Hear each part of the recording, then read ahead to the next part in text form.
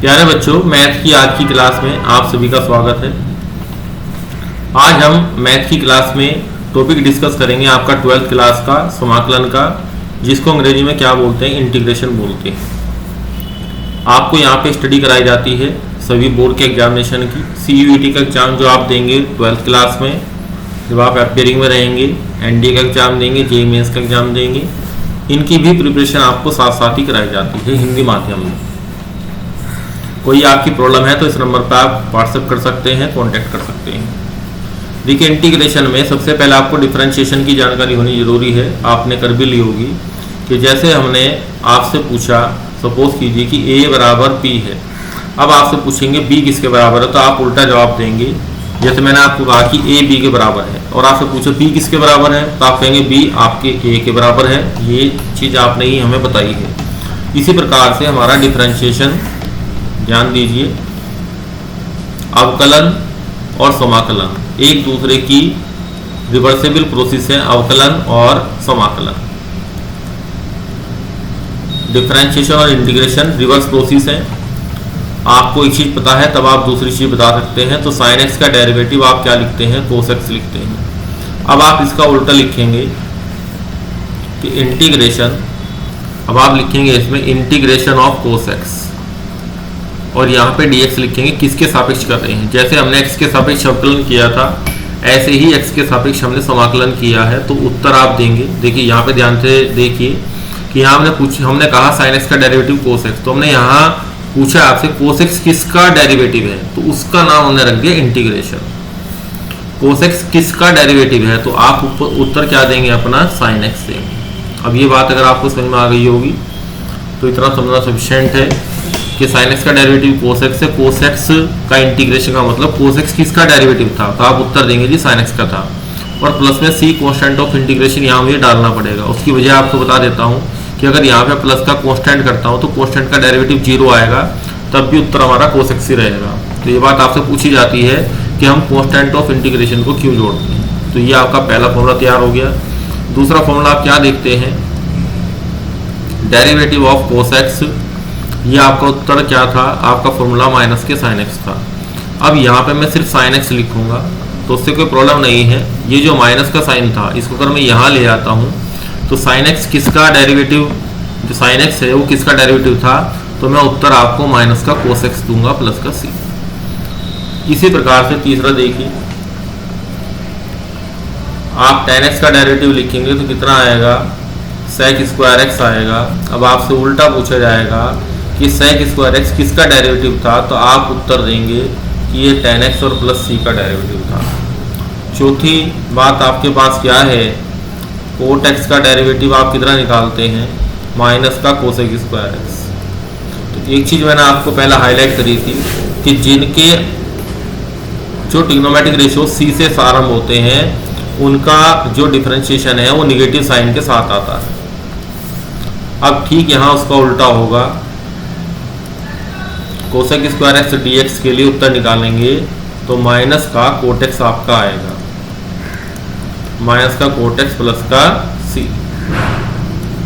तो यहाँ पे जिनका उत्तर आपका c में आ रहा है, ध्यान दीजिए, यहाँ उत्तर आपका c में आया तो नेगेटिव लगेगा, यहाँ उत्तर आपका c में आया है तो नेगेटिव लगेगा। ये दो चीज़ आपको याद करनी है। 5वें नंबर पे आपने फॉर्मूला क्या लिखा था, डेरिवेटिव आपको निकालना था ddx ऑफ। अब दो फॉर्मूले मैंने लिखे हैं, sec x का derivative sec x tan x, तो tan x का इंटीग्रेशन sec x का उल्टा लिखना है। cosec x का डेरिवेटिव माइनस के cosec x cot x, तो आपको बताया था जिनके डेरिवेटिव c से शुरू होते हैं उनका आंसर निगेटिव आता है। यहाँ जिनका उत्तर c में आएगा उनके साथ निगेटिव आएगा, तो cosec x cot x के लिए माइनस का आपका cosec x आएगा। तो ये 6 फॉर्मूले मैंने आपको लिख के बता दिए हैं। इन 6 फॉर्मूलों को आपको याद करना है। अब इससे आगे की स्टडी करते हैं, इन 6 से आगे की स्टडी।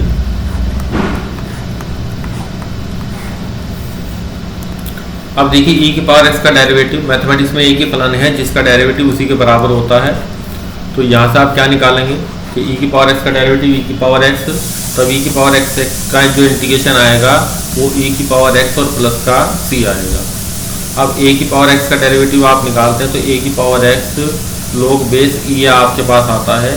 तो आप ए की पावर एक्स का इंटीग्रेशन जब आप करेंगे तो इस log a को मैं उधर भेज देता हूँ, तो ए की power x upon log a आएगा। तो इसको आप ऐसा समझ सकते हैं कि जब आपने डिफरेंशिएशन किया था तो डिफरेंशिएशन में ये आपके पास क्या था, डिफरेंशिएशन में ये मल्टीप्लाई में था, अब ये यहाँ पे log a कहाँ आएगा, डिवीजन में आएगा। ये इसको समझने का तरीका है। थर्ड वन देखिए, डेरिवेटिव ऑफ, सबसे पहले हमने ट्रिग्नोमेट्रिक फंक्शन के सीखे थे, अब हम जो एल्जेब्रिक फंक्शन है उनके सीख रहे हैं। log x का डेरिवेटिव 1/x आप लिखेंगे, अब इंटीग्रेशन 1/x आप लिखेंगे, तो आप उत्तर में log x प्लस का c लिखेंगे। कुछ जगह यहाँ x की जगह मोड ऑफ x लिखा है किताब में, तो दोनों सही माने जाते हैं, दोनों ही आपके क्या हैं, सही है। नेक्स्ट वन देखिए, चौथा फॉर्मूला। आपको डिफरेंशिएशन जब सिखाया गया था तो ये बताया था 1/x का जब आप डेरिवेटिव निकालते हैं तो माइनस के 1/x² आता है, तो इंटीग्रेशन करेंगे 1/x² का x के सापेक्ष, तो ये जो माइनस का चिन्ह है हम उसको दूसरी तरफ भेज देते हैं, तो उत्तर हमारे पास माइनस का 1/x प्लस का c आएगा। ये आपको डायरेक्ट याद होने चाहिए कुछ चीज़ें। रूट एक्स का जो डेरिवेटिव आप निकालते हैं तो 1/2 रूट एक्स आता है, तो यहाँ इंटीग्रेशन आपसे 1/√x का पूछा जाएगा, तो इस दो को, जो दो इधर आ रहा है, इसको हम अगर इधर भेज देते हैं यहाँ पे, तो उत्तर आपके पास 2√x आएगा। तो आपको ध्यान रखना है, क्या चीज़ ध्यान रखनी है कि यहाँ पे जो चीज़ आपके पास यहाँ पे √x में आ रही है वो 1/√x में अपॉन में आ रही है, तो जो चीज़ यहाँ पे 1/√x में आ रही है तो वो √x में आएगी, यानी कि √x का रेसिप्रोकल यहाँ पे क्या हो गया, इंक्लूड हो गया। तो ये छोटी छोटी टेक्निक है जो आपको याद करनी है। तो यहाँ तक के लिए आप एक चीज़, ये सब चीज़ें याद करेंगे। इसके बाद कुछ चीज़ें मैं आपको अलग से सिखाता हूँ।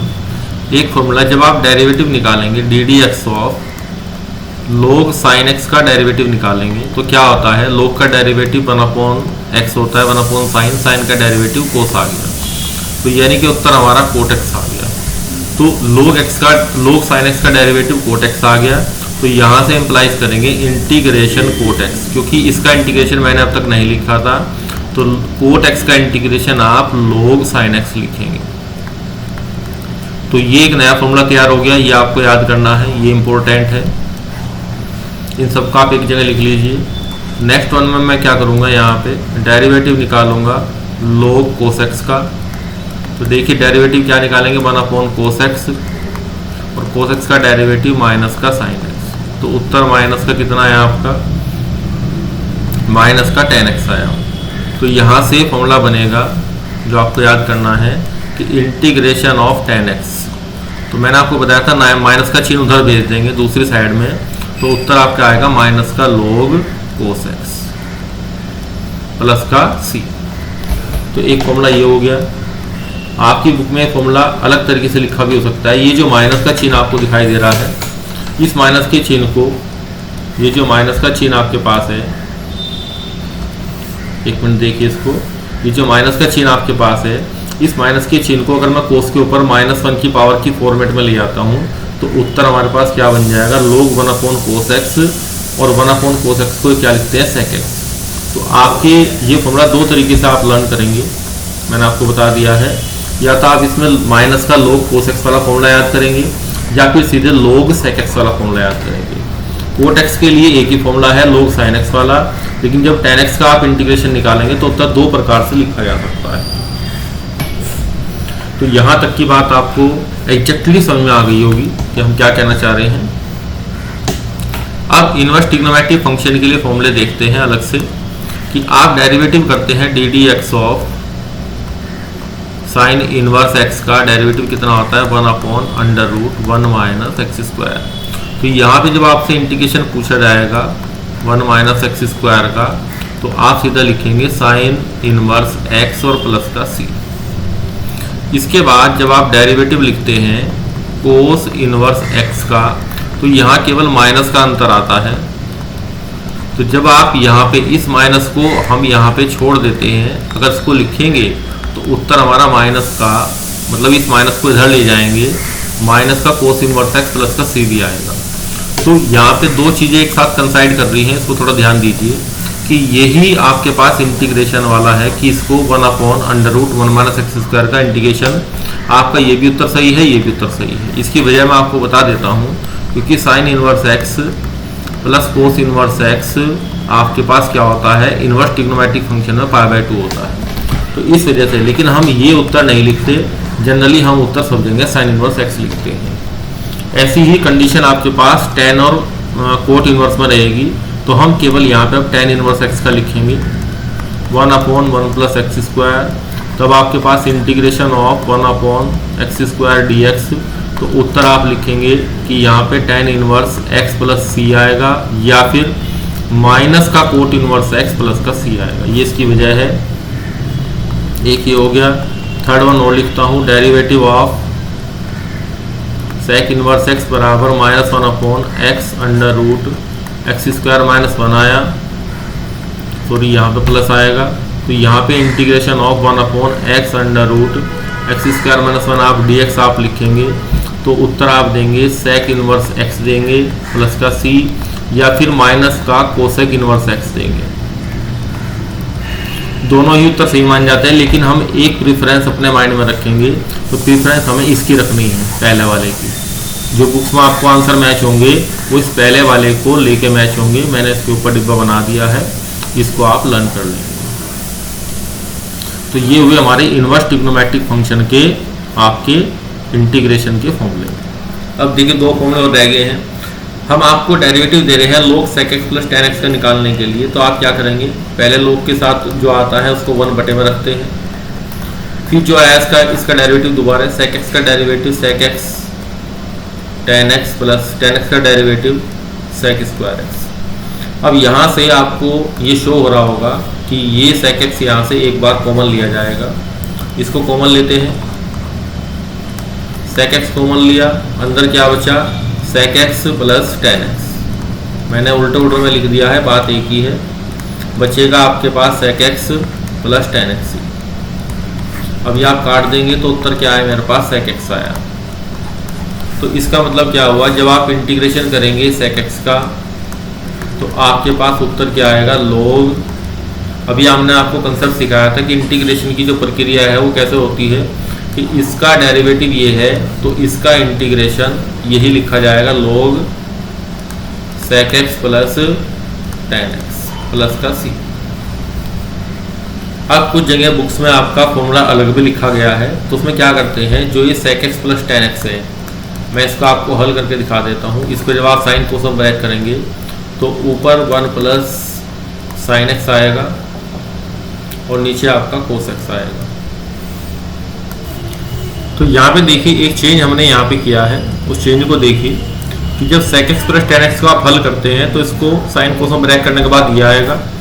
उसके बाद मैंने क्या किया है, जब 1 प्लस में कोई चीज़ हमारे पास आती है तो ट्रिग्नोमेट्री में उसको सोल्व करने का एक ही तरीका है, तो उसको कोस में कन्वर्ट कीजिए, नीचे कोस को साइन में कन्वर्ट कीजिए 90 में से माइनस करके।